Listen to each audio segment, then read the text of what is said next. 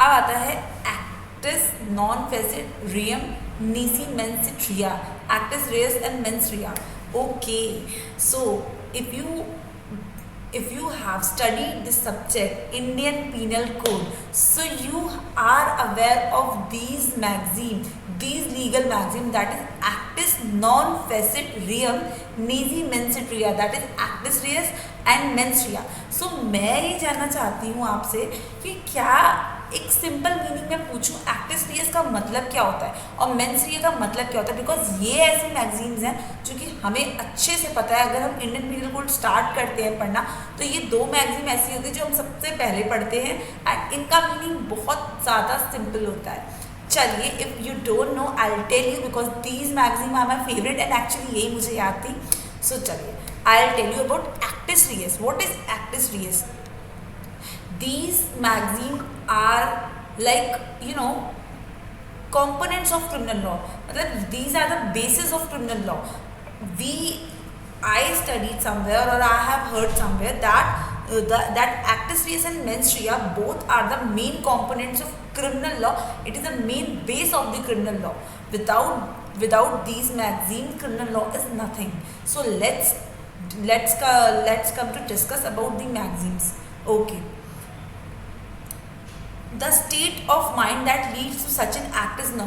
जब आप कोई एक्ट करते हो, कोई क्रिमिनल एक्ट करते हो, तो जो आप एक होता है ना, एक माइंड सेट रखते हो आप दिमाग में कि हाँ मुझे ये क्राइम करना है, मुझे अगर मर्डर करना है तो मैं पहले सोचूंगी ना, हाँ इसका मर्डर करना है, ऐसे करना है, इस तरीके से इसको धक्का देना है, या इसको इस तरीके से खाने में कुछ मिला के देना है, या फिर इसको इस तरीके से बैक स्टेप करना है, स्टैब करना है इसके बैक पे, तो इसका मर्डर हो जाएगा। तो जो मैं ये माइंड सेट जो इनकर करती हूँ, the mindset I am incurring while before performing the act, before performing that criminal act, the mindset I'm preparing, the intention I'm building in myself is called mens rea.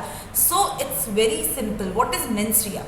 It is actually the guilty mind. Yes, जो mind में आप thought लेकर आते हो कि हमें उसका खून करना है, या हमें उसे मारना है, या हमें उसका मर्डर करना है, that thought is called mens rea.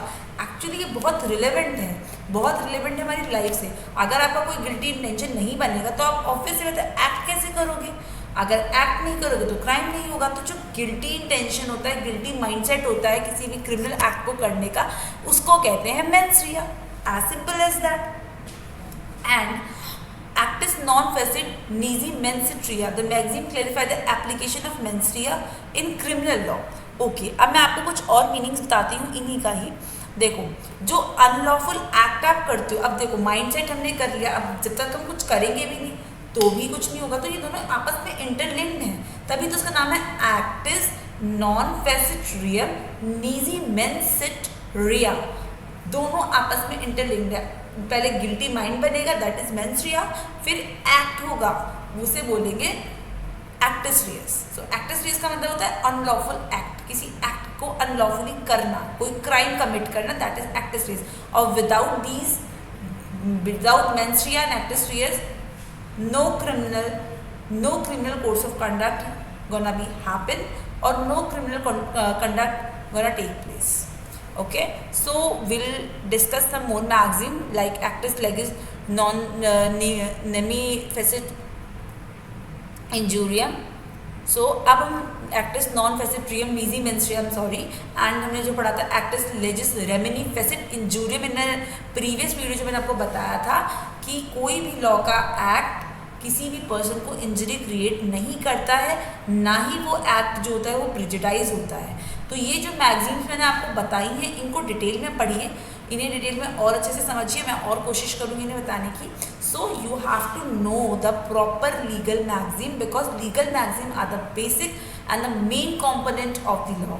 So before going to any legal article, legal drafting, just look at the few small points which are literally key to become a successful advocate. So I will come with some more magazine. Till then, good day.